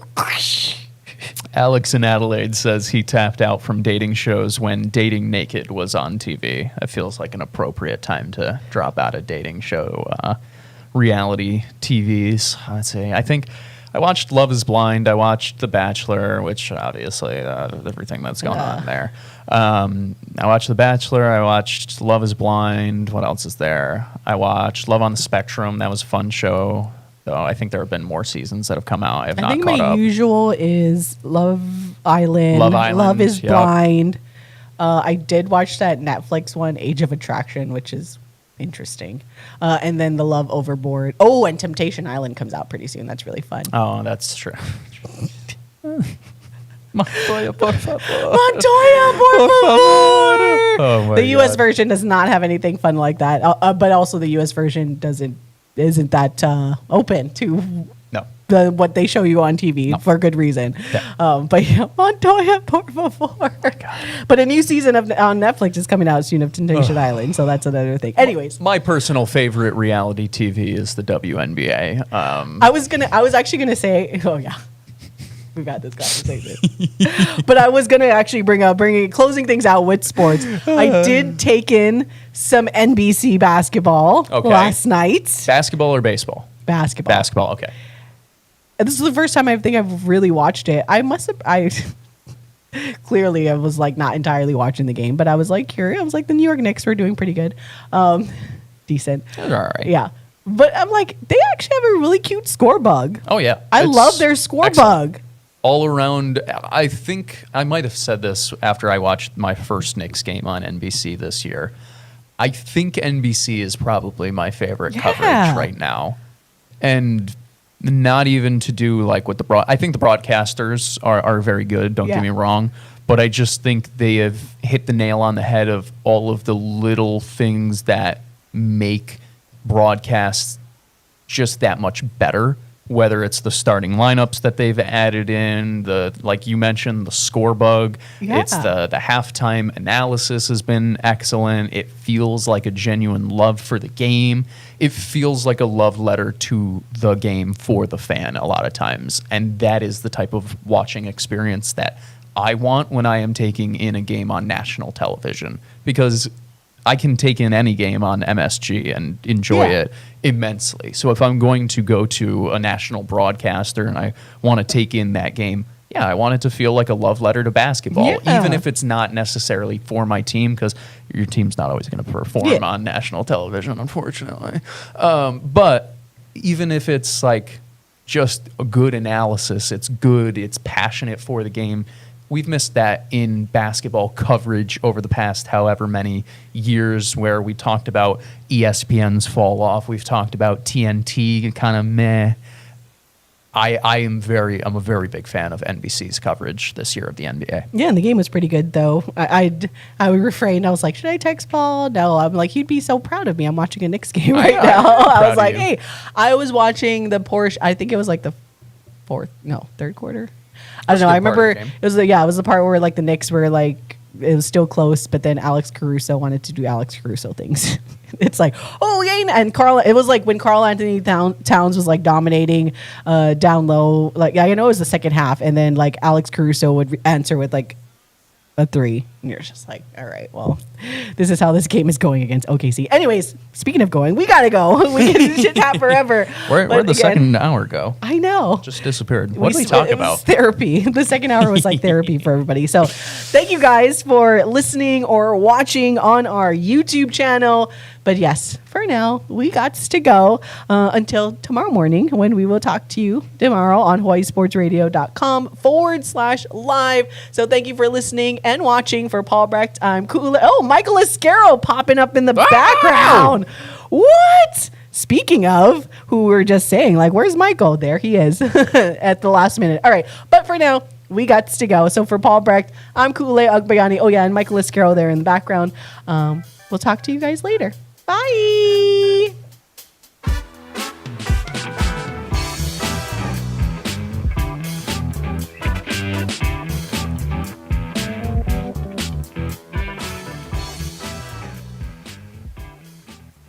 You're listening to the new era of Hawaii Sports Radio Network. Now streaming 24/7 at hawaiisportsradio.com.